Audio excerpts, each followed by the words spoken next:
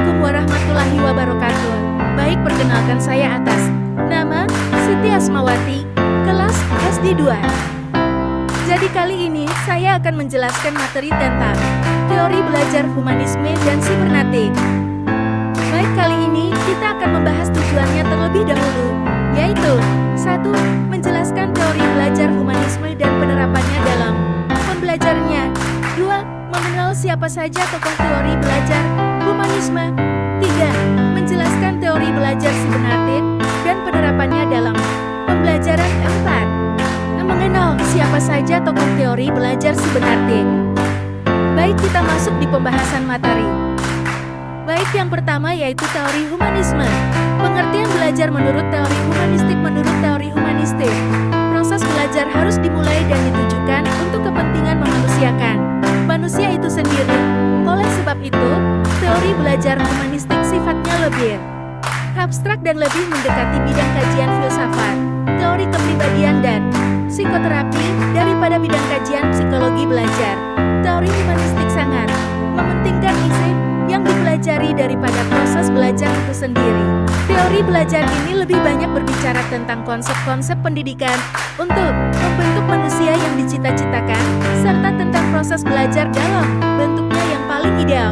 Dengan kata lain, teori ini lebih tertarik pada pengertian belajar dalam bentuknya yang paling ideal daripada pemahaman tentang proses belajar sebagaimana apa adanya, seperti yang selama ini dijaji oleh teori-teori belajar lainnya. Baik, setelah pengertian teori belajar humanisme, kita masuk di kelebihan dan kekurangan teori belajar humanisme. Kelebihan dari teori belajar humanisme yaitu kelebihan teori humanistik. Asribudiningsih mengemukakan pendapatnya mengenai kelebihan teori humanistik sebagai berikut. Budiningsih, tahun 2005. Satu, teori ini pantas untuk diimplementasikan dalam materi pembelajaran yang bertujuan untuk membentuk kepribadian, perubahan tingkah laku, hati nurani, dan pandangan terhadap fakta sosial. 2. Menurut aliran humanisme, seseorang lebih mempunyai keinginan atau kesanggupan untuk mengembangkan potensi dirinya dan percaya pada takdir biologis dan ciri lingkungan. 3. Keberhasilan dari menerapkan teori belajar humanistik adalah peserta didik merasa dirinya bergembira, sehingga ada gairah atau inisiatif dalam belajar serta terjadinya perubahan dalam daya pikir, sikap dan tingkah laku atas keinginan diri sendiri. 4. Berharap peserta didik menjadi manusia yang leluasa, sehingga tidak terbelenggu dengan pandangan orang lain dan dapat mengelola individualitas diri sendiri secara bertanggung jawab dengan tidak mengambil hak-hak orang lain, serta tidak melanggar aturan hukum, norma, maupun etika yang berlaku. 5. Aliran humanisme menolak sifat tidak percaya diri. Dengan kata lain, aliran humanisme mengarahkan individu untuk memiliki sifat percaya diri. 6. Teori humanistik sangat menolong pendidik dalam mengetahui arah belajar pada aspek yang lebih besar, sehingga terwujudnya hal-hal yang ingin dicapai serta membantu pendidik untuk memahami dan mengetahui hakikat dari jiwa manusia. Setelah kita membahas kelebihan dari teori belajar humanisme, kita akan membahas kekurangan dari teori ini, yaitu kekurangan teori humanistik. Asribudiningsih mengemukakan pendapatnya mengenai kekurangan teori humanistik sebagai berikut. Budiningsih, tahun 2005. 1. Peserta didik yang tidak ada keinginan untuk memahami potensi dirinya akan tertinggal dalam proses belajar. 2. Peserta didik terlalu diberi kebebasan.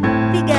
Teori humanisme sangat percaya diri secara alamiah dan tidak berhasil memberikan pengetahuan pada bagian buruk dari sifat asli manusia. 4. Teori humanisme tidak dapat diuji dengan mudah. 5. Dalam psikologi humanisme terdapat banyak konsep yang masih buram dan subjektif seperti pada aktualisasi diri. 6. Beberapa kritikus menolak bahwa konsep ini menggambarkan idealisme dan nilai dari Maslow. 7. Psikologi humanisme mendapati adanya penyimpangan terhadap nilai individualistis. 8. Teori humanisme dikritik karena jarang dipakai dalam konteks yang lebih mudah, sehingga teori ini dapat diibaratkan lebih akrab dengan dunia filsafat melainkan dunia pendidikan. 9.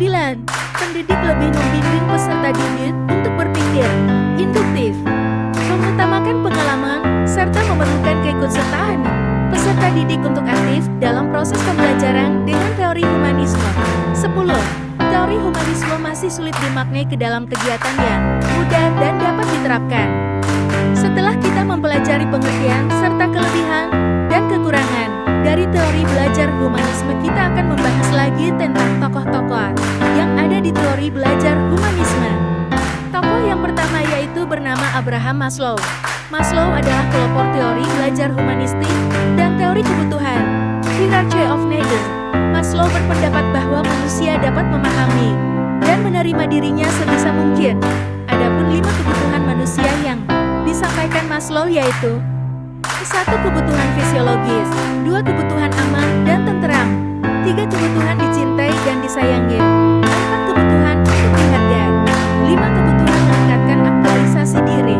Teori Maslow juga didasarkan pada asumsi bahwa di dalam diri individu memiliki 2 hal. 1. Suatu usaha yang positif untuk berkembang. 2. Kekuatan untuk melawan atau menolak perkembangan itu. Tokoh yang kedua yaitu bernama Carl Rogers. Carl Rogers mengemukakan pentingnya saling toleransi dan menghilangkan prasangka dalam menghadapi tantangan hidup.